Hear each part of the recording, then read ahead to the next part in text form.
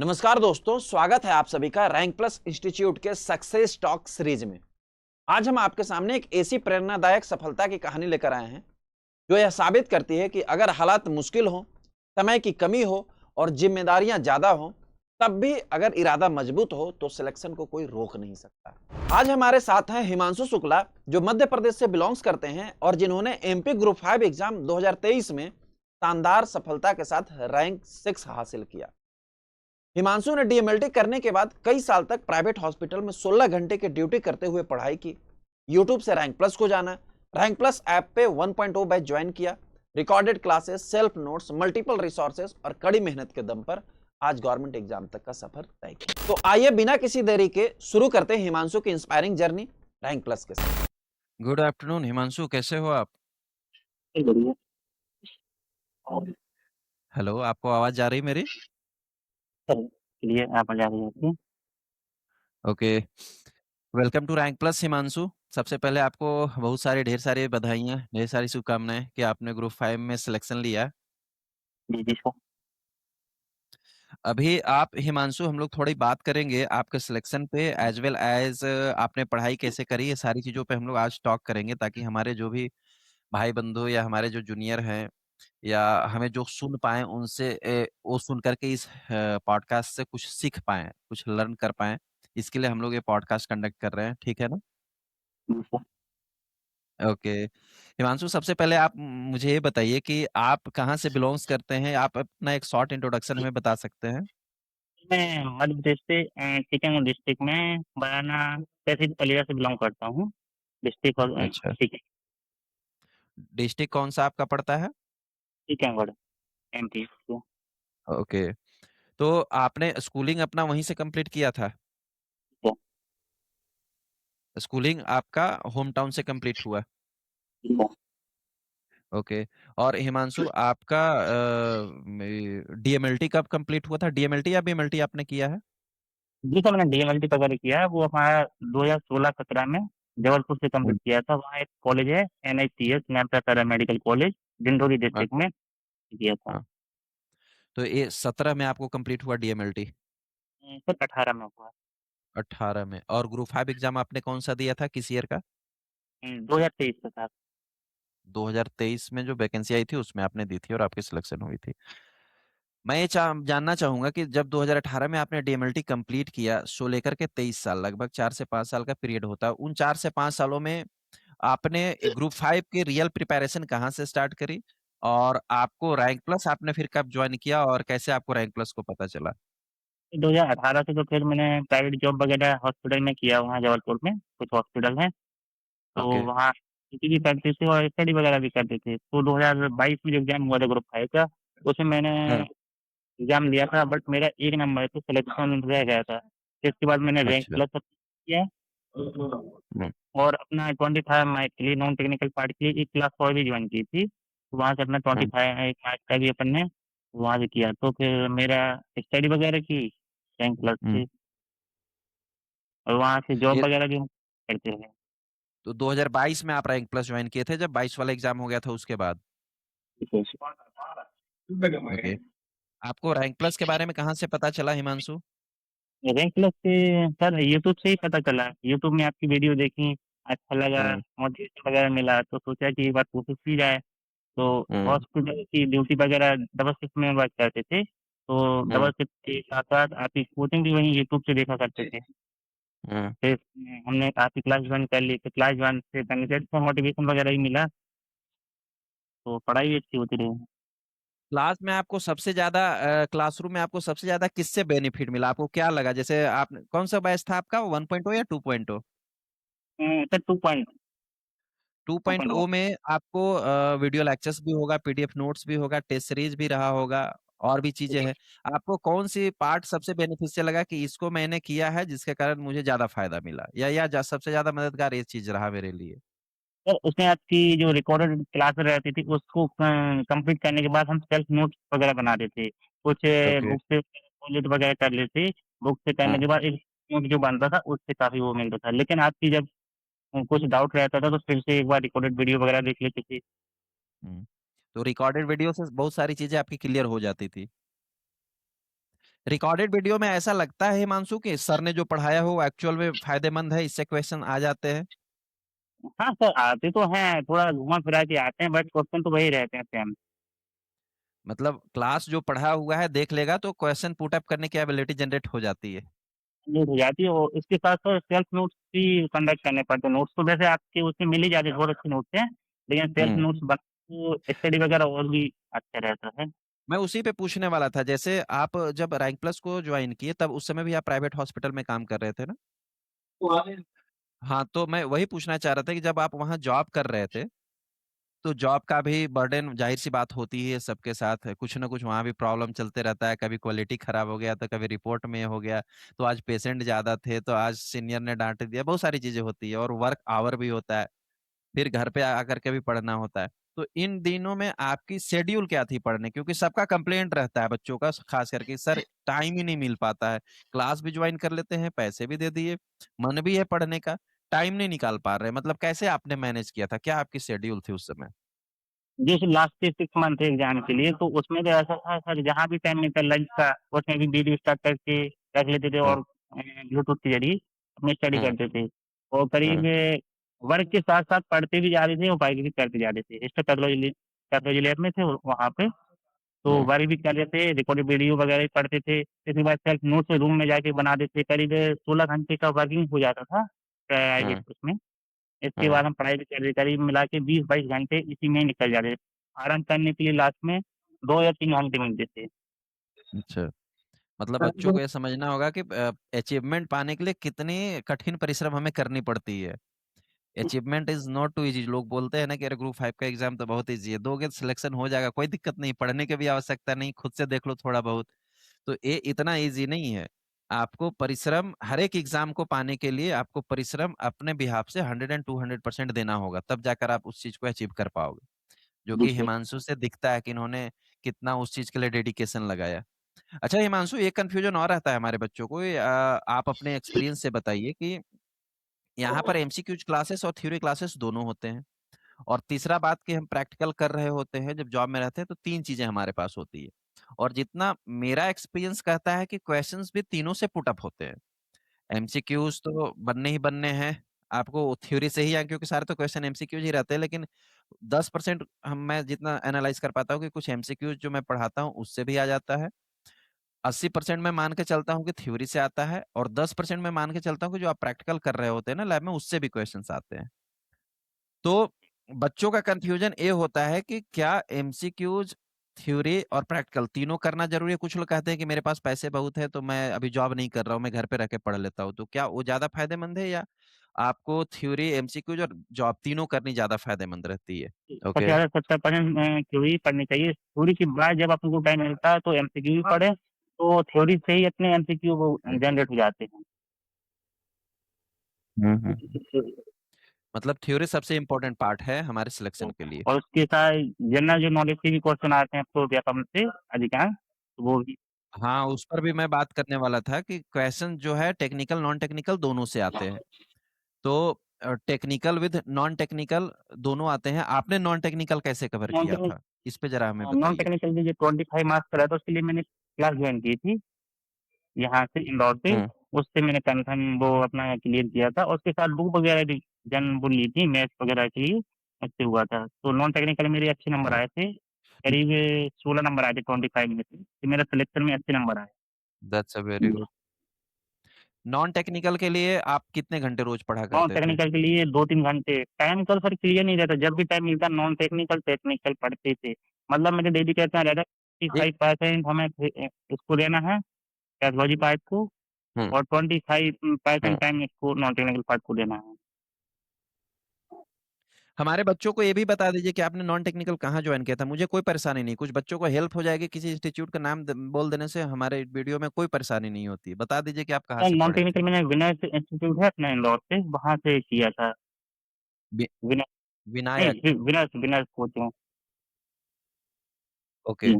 आपको वहाँ पे कौन-कौन से सब्जेक्ट पढ़ाई गई थी नॉन टेक्निकल के लिए? वहाँ पे मैथ्स हुआ, इंग्लिश वगैरह, रीजनिंग, जीके, जीएस सब कुछ पढ़ाते थे, लेकिन ज़्यादा फोकस मैथ, इंग्लिश ये ऑनलाइन क्लास था जी ना? सर। और सर इसके साथ मैंने ओके, मतलब जैसे रैंक प्लस ऐप पर आप ज्वाइन किए थे, वहां पर उसको ज्वाइन रैंक किए प्लस थे। के अलावा भी मैंने 2 जगह और भी जॉइन किया था। उनके साथ आपकी क्लास के साथ उनकी भी क्लास कंप्लीट करता था मैं डेली। हम्म। वहाँ से भी हम्म। जब तीनों मेरी दो जगह। 2 जगह और भी था। ओके, बताएं कहाँ कहाँ आप पढ़े हैं। आप खुल के बताइए, हमें बात खुल के करनी चाहिए, हर एक चीज है ना बेटा। सर एक बीजी ऑनलाइन अपनी क्लासेस है जबलपुर से, वहाँ से ही मैंने तैयारी की थी। और एक हम्म। सक्सेस पैथोलॉजी है अजय खड्डर सर की, हम्म। वहाँ से। तो ये तीनों क्लास की मेरी थ्योरी हम्म। कंप्लीट हो जाती थी, तब मैं उनके एक नोट्स बनाता था। हम्म। फिर अपनी बुक से कंफर्म करके हम्म। तीनों का एक अपने कंबाइंड नोट्स बनते थे, तब इसके बाद मैं और स्टडी करता था। तीन अपनी मैं बहुत बढ़िया। प्रैक्टिकली वो करता था इसकी पैथोलॉजी की 3 क्लासेस। बहुत खूब। अब हमें ये बताइए हिमांशु, कि आपने ये 3 जगह क्लास ज्वाइन किया हुआ था, तो तीनों जगह के जैसे कई बच्चों के भी वैसे मन में सवाल रहते हैं। देखिए, डर तो हर एक के मन में रहता है। जाहिर सी बात है, जब हम स्टूडेंट हैं तो हमारे मन में डर रहेगा ही, कि हम कहीं एक जगह ज्वाइन किए तो हो सकता है ये सर से हमें सिलेक्शन ना मिले, तो हो सके मैं वहां भी ज्वाइन कर लेता हूँ। या कंटेंट की अगर हमको कहीं लग रही है कमी, तो उस सर उसके अलावा एक और सर को मैं ज्वाइन कर लेता हूँ। ये सबके मन में डर रहता है। तो क्या ये 3 क्लास ज्वाइन करने से मतलब ज्यादा कंटेंट या थ्योरी या ज्यादा हमें प्रिपरेशन के लिए कंटेंट मिल पाते हैं, या कभी ऐसा हुआ कि 3 जगह मैंने पढ़ लिया तो और ज्यादा कॉम्प्लेक्सिटी या कंफ्यूजन क्रिएट हो लगता है गया? क्या बेस्ट रहा तीन उसके उस तीन पार्ट ज्वाइन पे? करने से ही सबसे बेस्ट ऑप्शन रहा कि 3 जगह से सब जगह से पढ़ने के लिए मिला। जो अपने फाइनल नोट से प्रिपेयर होते हैं ना, 3 जगह से कंबाइन करने में वो ज़्यादा बेटर हम्म। रहता है। 3 जगह से पढ़ने से सर स्टडी और स्ट्रांग हो जाती है। वो सब कुछ ऐसे ही याद हो जाता है। मतलब उसको अगर नोट्स भी ना बनाए तो भी क्लास कंप्लीट करते-करते पूरा अपना कंप्लीट ही हो जाता है। पूरा सब्जेक्ट अपने को पूरा याद हो जाता है। मतलब अगर आपको एनालिसिस पावर है, आप इस बात को समझ पाते हैं, समझ सकते हैं कि कंटेंट को कैसे एनालाइज किया जा सकता है, तो आप 2-3 जगह से अगर पढ़ते हैं, तो ज्यादा कंटेंट आ करके आप एक नया कंटेंट को एनालिसिस करके लिख जी पाते हो। सर। ये एक एडवांटेज उसका आपको समझ में जी आया। सर। और उसके लिए नोट्स बनाना सबसे बेस्ट ओ, है। नोट्स सेल्फ के नोट्स जो बनते हैं ना, वो सबसे हाँ, जो मैं हमेशा कहता हूँ कि नोट्स कितनों भी कोई प्रोवाइड कराए, जैसे हमारे यहाँ से प्रोवाइड किया जाता है, आप प्रिंट करवा लेते हो, लेकिन आप एक बार अपने लैंग्वेज में जी जरूर सर। लिखिए। उसको लिखने से आपको एग्जाम के ड्यूरिंग रिवीजन में बहुत जी हेल्प सर। होती है। सबसे बड़ा पार्ट उसमें ये होता है कि आपने खुद के लैंग्वेज में लिख रखा जी। है, तो आपको उसको समझने में परेशानी नहीं होगा, आप समझ तुरंत जाओगे उसको। उसके साथ हिमांशु, आप हमें एक बात बताइए। हाँ, बोलिए। उसके सर शायद 3 का कॉम्प्लेक्स में पढ़ने पर मेरे साथ बेनिफिट बहुत हुआ। मेरा काफ़ी जगह सिलेक्शन हुआ है।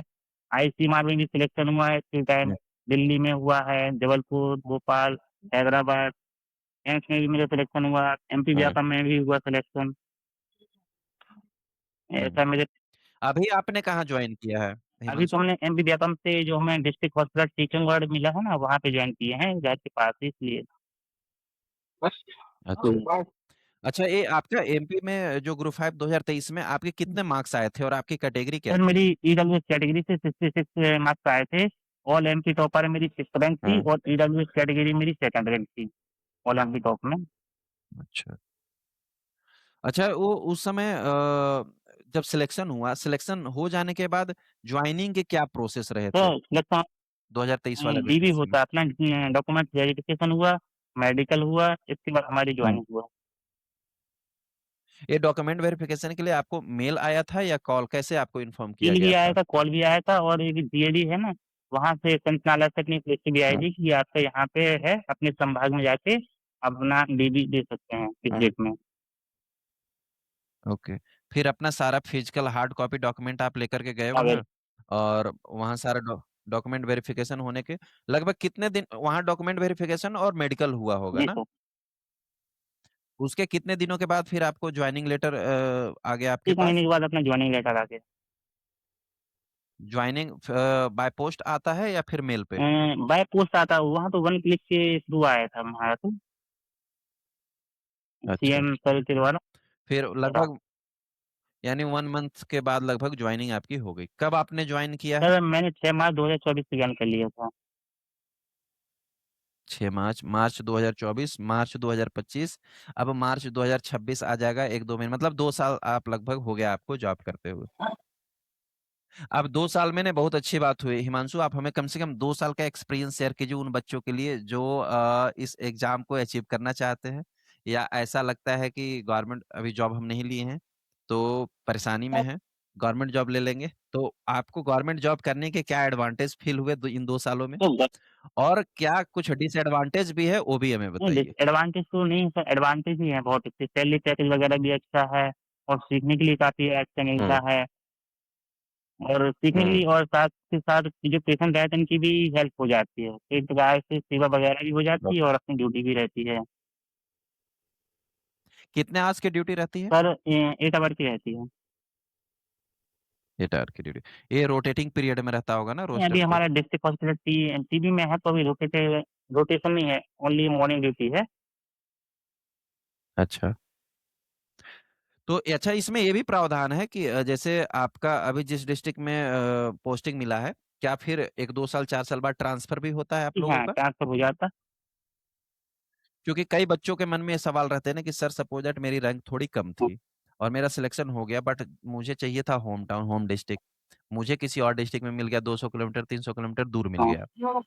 अब मुझे अभी पसंद नहीं आ रहा है, लेकिन अगर ऐसा प्रावधान हो कि 1-2 साल में जॉब करके फिर मेरी ट्रांसफर हो जाएगी तो मैं जॉइन कर लूँ। मेरे पास कई बार ऐसे क्वेश्चन आए हाँ, हैं। तो तो मैंने सोचा क्यों ना एक ऐसे विद्यार्थी से पूछा जाए जो वहाँ पोस्टेड हो, जो सिलेक्टेड हो, उस चीज़ को ज़्यादा बेटर एक्सप्लेन कर अपनी सकता है। परीक्षा अवधि का टाइम रह रहा है 3 साल का, इसके बाद अपना ट्रांसफ़र हो जाता है ट्रांसफ़र ओपन होते हैं संचालक से, तो अपना ट्रांसफ़र हो जाता है हाँ। ईज़िली। 3 साल के बाद ट्रांसफर आप करवा सकते हैं। बहुत बढ़िया। थोड़ा-सा हम एग्ज़ाम पे बात करना चाहेंगे हिमांशु क्योंकि आपने सिलेक्शन ली और कई मल्टीपल एग्ज़ाम्स में आपने सिलेक्शन लिया और अभी आप जॉब भी कर रहे हैं।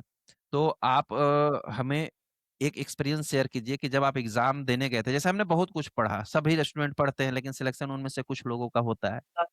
तो आप जब एग्ज़ामिनेशन हॉल पहुँचे, एग्ज़ामिनेशन हॉल में बैठे, क्वेश्चन्स पुट अप किया, क्वेश्चन्स आपने देखा, तो क्या आपकी स्ट्रैटेजी थी कि मतलब किस वे में हम क्वेश्चन सॉल्व करेंगे या क्या कुछ खास स्ट्रैटेजी थी जिससे कि आप अचीवमेंट तक पहुँच पाए? क्वेश्चन सॉल्व करने के लिए एग्ज़ामिनेशन हॉल नहीं में? सर, उसके वो जो नॉर्मल क्वेश्चन थे ईज़िली, उसको तो जितने भी कम से कम टाइम में सॉल्व कर सके, वो हमने सबसे पहले वो किया, जितने हमसे बनते थे। इसके बाद जो हाँ। हार्ड क्वेश्चन थे, उसके लिए हमने थोड़ा टाइम से सोचा, वो अपन ने सबसे लास्ट में किए हैं, जो कुछ याद वगैरह भी नहीं आ रहे अच्छा। थे, उसके लिए। अच्छा एग्ज़ाम तो सीबीटी हुआ जी हाँ, होगा? Computer based. तो ये ग्रुप 5 के एग्ज़ाम में मतलब एक बार सारे क्वेश्चन्स ओपन हो जी जाते सर। हैं?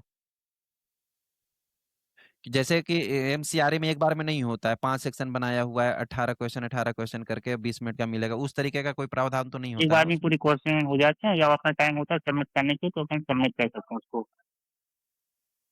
अच्छा, ये बहुत अच्छी बात है कि कम से कम हमको एक बार में सारे क्वेश्चंस दिख गए, तो हम उन सभी क्वेश्चन को सबसे पहले पुट अप करेंगे जो हमको एकदम बिल्कुल फ्रीक्वेंटली आ रहा हो। वो टाइम में उसमें हमारा टाइम भी बचत हो जाएगा, कॉन्फिडेंस भी हम हाई लेवल पे रखेंगे और फिर मॉडरेट वाले क्वेश्चन जो मुझे थोड़ा बहुत रीजनिंग से आ रहे होंगे, उनको हम सॉल्व करेंगे और लास्ट में फिर जो सबसे टफ लग रहा होगा, ताकि थोड़ा टाइम भी अगर लगे तो हमें आगे और बर्डन नहीं है क्वेश्चन सॉल्व करने के लिए। ये अच्छी स्ट्रैटेजी थी आपकी। एक चीज़ और हमें बताइए हिमांशु कि जब हम जो बच्चे हमारे पास रैंक प्लस में भी पढ़ रहे हैं, जो आपके ज़ाहिर-सी बात है जूनियर होंगे, तो आप अपने उन जूनियर के लिए जो अभी 3-4 साल से दे रहे हैं एग्ज़ाम और अभी सिलेक्शन नहीं हुआ है, उनकी उम्मीद है कि हम भी अभी नियर अबाउट कोई भी एग्ज़ाम आए उनमें हम सिलेक्ट हो। उनके लिए आप क्या ख़ास करके सजेशन देना चाहेंगे कि कुछ पढ़ाई में जो अभी तक आपने गलतियाँ करी उसमें क्या उनको चेंजेज़ करना चाहिए या क्या कुछ प्रिसिजन अपनानी चाहिए जो कि सिलेक्शन के करीब सर पहुँच पाएँ? रिकॉर्डेड वीडियो तो पढ़ने के साथ-साथ नोट्स तुरंत सेल्फ ही वहीं बनाने चाहिए। इसके बाद नोट्स सेल्फ बनाने के बाद हमको अपनी बुक से कोलैट ज़रूर करने चाहिए नोट्स को।